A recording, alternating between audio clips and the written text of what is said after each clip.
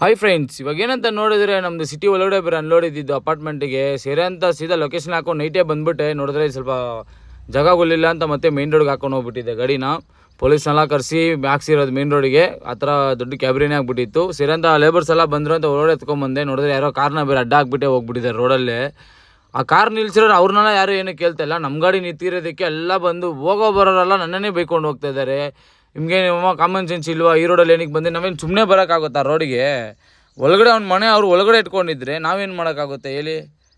ಎಲ್ಲ ಬಂದು ನಮಗೆ ಬೈತಾ ಇದ್ದಾರೆ. ಹಿಂಗೆ ಇದೆಲ್ಲ ಹೇಗಪ್ಪ? ಈ ಮನೆ ಓನರ್ಗಳು ಪಕ್ಕದಲ್ಲೇ ಇದ್ದಾರೆ, ಅವ್ರುಗಳು ಸುಮ್ಮನೆ ಇದ್ದಾರೆ. ಅಲ್ಲೊಂದು ವೈರ್ ಬೇರೆ ಕಟ್ಟಾಯಿತು. ಅವ್ರು ಬಂದು ನಮ್ಮ ಹತ್ರ ಎಗರಾಡ್ಕೊಂಡು ನನ್ನ ಹತ್ರ ಕಾಸು ಇಟ್ಕೊಂಡ್ರು ₹500.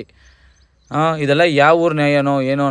ನಾವು ದುಡಿಯೋದೇ ನಮ್ಮನ್ನು ಏನಕ್ಕೂ ಸಾಲಲ್ಲ ಅಂತಿದ್ರೆ ಇದರಲ್ಲಿ ಈ ಥರ ಎಕ್ಸ್ಟ್ರಾ ಖರ್ಚುಗಳು ಬಂದರೆ ಹಿಂಗೆ. ಅದಕ್ಕೆ ಕಂಪನಿಯವ್ರಿಗೆ ಒಳ್ಳೆ ಖರ್ಚಿಕ್ಕಿದ್ದೀನಿ. ಅಪಾರ್ಟ್ಮೆಂಟಲ್ಲಿ ಇದು ಆರ್ಚ್ ಥರ ಐತೆ, ಗಾಡಿ ಒಳಗಡೆ ಹೋಗಲ್ಲ. ಸೊ ಅದಕ್ಕೆ ಆಚೆ ಹಾಕ್ಬಿಟ್ಟಿದ್ದೀನಿ. ಯಾವುದೋ ಗಾಡಿ ತರಿಸ್ಕೊಂಡು ಕ್ರಾಸಿಂಗ್ಗಳು ಮಾಡ್ಕೊಂಡಿದ್ದಾರೆ. 4 ಟ್ರಿಪ್ ಹೊಡಿಲಿ ಗೊತ್ತಾಗುತ್ತೆ ಅವಾಗ. ನನಗೆ ಅಲ್ಲಿ ₹500 ಲಾಸ್ ಮಾಡಿಸಿದ್ರಲ್ಲ, ಅದಕ್ಕೆ ದೇವ್ರು ಇಲ್ಲಿ ಕೊಟ್ಟಿದ್ದಾರೆ ಅವ್ರಿಗೆ ಆ್ಯಪು.